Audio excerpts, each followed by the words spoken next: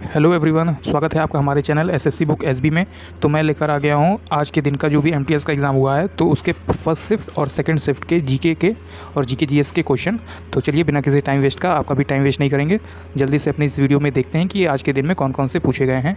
तो आइए स्टार्ट करते हैं। तो आज का जो पहला क्वेश्चन है हमारा वो है, कनक रेले का संबंध किस डांस फॉर्म से है या फिर किस नृत्य से है। तो कनक रेले का संबंध जो है वो मोहिनीअट्टम से है। और ये मोहिनीअट्टम कहाँ का होता है दोस्तों? तो ये होता है केरला का। अगला प्रश्न हमारा पूछा गया था 30 सितंबर की फर्स्ट शिफ्ट में, वो था इंदौर घराने के फाउंडर कौन है। तो इंदौर घराने के जो फाउंडर है वो है हमारे उस्ताद आमिर खान।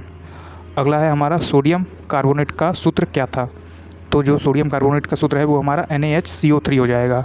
अगला क्वेश्चन है हमारा मौर्य वंश का फाउंडर कौन है। तो मौर्य वंश का जो फाउंडर था वो थे हमारे चंद्रगुप्त मौर्य। अगला क्वेश्चन है हमारा, हल्दी में जो पीला रंग होता है वो किसकी उपस्थिति के कारण होता है। तो हल्दी का जो पीला रंग होता है वो होता है करक्यूमिन के कारण। ऐसे ही आपको टमाटर का भी पूछ लिया जाएगा या गाजर का पूछ लिया जाएगा, तो आप उनको भी इस टाइप के क्वेश्चन आने वाले शिफ्ट में जिसका भी एग्ज़ाम है तो वो देख कर ज़रूर जाइएगा। लोसार महोत्सव कहाँ मनाया जाता है। जो लोसार महोत्सव है हमारा वो लद्दाख में मनाया जाता है। अगला क्वेश्चन पूछा गया था 2024 में जो आरसीबी की महिला आईपीएल टीम थी उसके कैप्टन कौन थे। तो उसकी जो महिला टीम की कैप्टन थी वो थी हमारी स्मृति मंदाना। तो आपका जो राइट आंसर हो जाएगा स्मृति मंदाना हो जाएगा। 2011 की जनसंख्या में किस केंद्र शासित प्रदेश की साक्षरता दर सबसे कम पाई गई थी। तो जो केंद्र शासित प्रदेश है हमारा, इसकी साक्षरता दर जो लिटरेसी रेट है वो दादर नागर हवेली जो है उसकी सबसे कम थी, और जो सबसे ज़्यादा थी वो लक्षद्वीप की थी 2011 के जनसंख्या के अनुसार। तो आपको दोनों ये चीज़ें याद रखने के जानी पड़ेंगी कि केंद्र शासित राज्य का और फिर केंद्र शासित प्रदेश सबसे कम सबसे ज़्यादा। तो ऐसी चीज़ें जो जनगणना से क्वेश्चन बन रहे हैं उनको आप ज़रूर देख के जाइए। अगला है हमारा, मौलिक कर्तव्य का भाग कौन सा है। तो आपसे ये पूछा गया था कि कौन से भाग में मौलिक कर्तव्य है। तो आपका जो राइट आंसर हो जाएगा वो हो जाएगा हमारा भाग 4A में। जो मौलिक कर्तव्य है वो हमारा कहाँ से लिया गया था, तो रसिया से लिया गया था या सोवियत संघ से लिया गया था। पूंजीगत वस्तुओं का उदाहरण है। तो ऐसा क्वेश्चन पूछा गया था कि निम्नलिखित में से कौन सा जो पूंजीगत वस्तु है उनका एक उदाहरण है। तो बहुत सारे ऑप्शन थे, उनमें से मैंने कुछ लिखे हैं। उनमें से एक ऑप्शन सही था, उसमें वाहन भी दिया रहेगा, कारखाने भी दिए रहे होंगे या फिर कच्चा माल, इन तीनों में से कोई एक ऑप्शन दिया रहा होगा। तो आपको बताना था कि पूंजीगत वस्तुओं का उदाहरण कौन सा है। तो जैसे वाहन आ जाता है, कारखाने आ जाते हैं, कच्चा माल आ जाता है।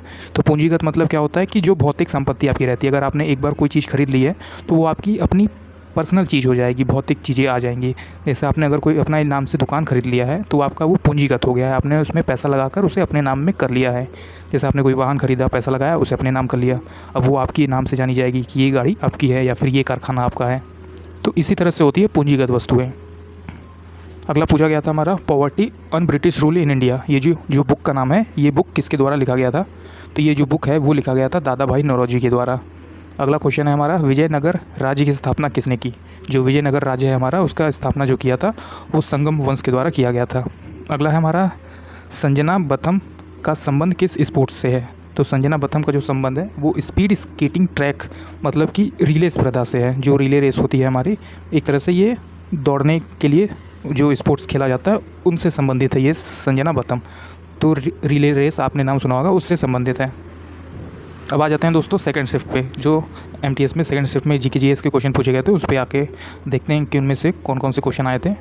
अब ये है हमारा, विंग्स ऑफ फायर किसकी बुक है। तो ये जो विंग्स ऑफ फायर नाम की बुक है ये है हमारे जो पूर्व राष्ट्रपति रहे थे APJ अब्दुल कलाम की, ये उनकी बुक है। हर्षवर्धन के दरबारी कवि कौन थे। जो हर्षवर्धन के दरबारी कवि थे वो बाणभट्ट थे। तो आपका राइट आंसर हो जाएगा बाणभट्ट। भारत ने ओलंपिक में पहली बार स्वर्ण पदक कब जीता था। जब ये तो भारत ने जीता था 1928 एम्स्टर्डम में ये जीता था। और ये कब जीता गया था, तो 1928 में जीता गया था। और किस टीम ने जीता था, तो जो हॉकी टीम थी, इंडियन हॉकी टीम, उन्होंने ये पहली बार ओलंपिक में स्वर्ण पदक या फिर गोल्ड मेडल जीता था। आर्टिकल 129 किससे संबंधित है। जो आर्टिकल हमारा 129 है वो संबंधित है हमारे भारत का सर्वोच्च न्यायालय अभिलेख न्यायालय के रूप में कार्य करता है। जो आर्टिकल 129 कहता है, जो हमारा भारत का सुप्रीम कोर्ट है वो अभिलेख न्यायालय के द्वारा अभिलेख न्यायालय के रूप में भी कार्य कर सकता है। छऊ किस राज्य का लोक नृत्य है। जो छऊ है हमारा वो छत्तीसगढ़ राज्य का लोक नृत्य है। देखिए दोस्तों, छऊ कई जगह पे कई डिफरेंट स्टेट में भी होते हैं। जैसे झारखंड में भी छऊ होता है, छत्तीसगढ़ में भी छऊ होता है, उड़ीसा में भी छऊ होता है और पश्चिम बंगाल में भी छऊ होता है। तो आप इसे ज़रूर एक बार देख के जाइएगा। जैसे पश्चिम बंगाल में अगर आपसे पूछा होता तो पुरुलिया छऊ होता है। झारखंड में पूछा होता तो सरायकेला छऊ होगा। उड़ीसा में पूछा गया होता तो वहाँ पे मयूरभंज छऊ होता। इसमें डायरेक्टली छऊ पूछा गया था, तो ये छऊ जो है वो छत्तीसगढ़ में भी होता है, इसलिए आपका ये जो ऑप्शन है वो छत्तीसगढ़ हो जाएगा। भारत के साथ कितने देश सीमा साझा करते हैं? जो भारत के पड़ोसी देश हैं वो कितने हैं जो भारत के साथ जो उसकी सीमा है भारत देश की उसके साथ साझा करते हैं? तो ऐसे 7 स्टेट हैं जो कि मैंने लिख रखा है यहाँ पे। पाकिस्तान है, अफ़गानिस्तान है, नेपाल है, चाइना है, भूटान है, बांग्लादेश है और म्यांमार है। तो ये 7 स्टेट हैं जो भारत के साथ अपनी सीमा को साझा करते हैं। अगला है हमारा द्वैध शासन प्रणाली या डायरेक्टरी सिस्टम कब शुरू किया गया था? तो ये द्वैध शासन प्रणाली जो है वो 1919 में शुरू किया गया था। रबी की फसल डैश में बोई जाती है? तो ये ज्योग्राफी से क्वेश्चन बन जाता है हमारा कि रबी की जो फसल है वो कब में बोई जाती है। तो मैंने यहाँ पे दोनों लिख दिया है कि बोई जाती है ये अक्टूबर से दिसंबर के बीच, जब ठंडी का मौसम रहता है थोड़ा थोड़ा, और इसकी कटाई जो होती है, जैसे फसल हो गई अब इसकी कटाई होनी है, तो ये कब होगा? अप्रैल से लेके जून के महीने तक, जहाँ पे थोड़ी गर्मी ही रहती है तो उस समय में होता है। तो ऐसे ही आप रबी की फसल, खरीफ की फसल, जायद की फसल, ऐसी चीज़ों से आगे पढ़ के जाइए तो आपके क्वेश्चन वहाँ पे रहेंगे, आपको आसानी होगी, क्वेश्चन का आंसर देने में कोई प्रॉब्लम नहीं आएगी। अगला है मानसिनराम किस पर्वतमाला पर स्थित है?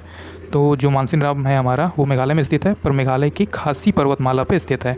तो आपका जो राइट आंसर हो जाएगा हमारा ये हो जाएगा खासी पर्वतमाला, जो कि मेघालय में स्थित है। यहाँ पर ही है मानसिनराम, जहाँ पे सबसे ज़्यादा वर्षा होती है, जैसा कि आप लोग जानते ही होंगे।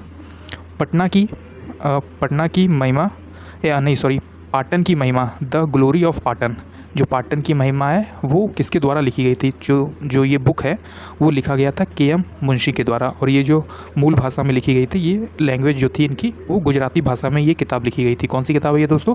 तो पाटन की महिमा, द ग्लोरी ऑफ पाटन। ऐसे ही आप कुछ और पुस्तकें जो मैंने कराई हैं अपने यूट्यूब चैनल पे, ऐसी पुस्तकों से रिलेटेड मैंने एक वीडियो कराया था, तो आप उसे वहाँ से देख के जाइएगा, आपको काफ़ी हेल्प मिलेगी, आप आसानी से क्वेश्चन सॉल्व कर पाएंगे। तांडव व लास्या दोनों का समावेश है। तो आपसे इसमें ये पूछा गया है कि तांडव व लास्या किस स्टेट में किया जाता है, ये कौन सी डांस फॉर्म है? तो तांडव और लास्या जो है वो मणिपुरी स्टेट में चल रहा है, मतलब मणिपुरी स्टेट में किया जाता है। जतिन गोस्वामी किसके लिए प्रसिद्ध है? तो जतिन गोस्वामी जो है वो सत्रिया डांस परफॉर्म करते हैं, और ये असम में किया जाता है। सत्रिया डांस जो है वो असम में किया जाता है। पंडित हरिप्रसाद चौरसिया क्यों प्रसिद्ध हैं? जो पंडित हरिप्रसाद चौरसिया है वो एक बांसुरी वादक है, और उन्होंने विभिन्न मौके पे प्रसिद्ध जो मौके होते हैं हमारे ऐतिहासिक मोमेंट पे बांसुरी बजाई है, इसलिए वो काफ़ी ज़्यादा फेमस हैं। तो ये हरिप्रसाद चौरसिया जो है वो बांसुरी वादक है।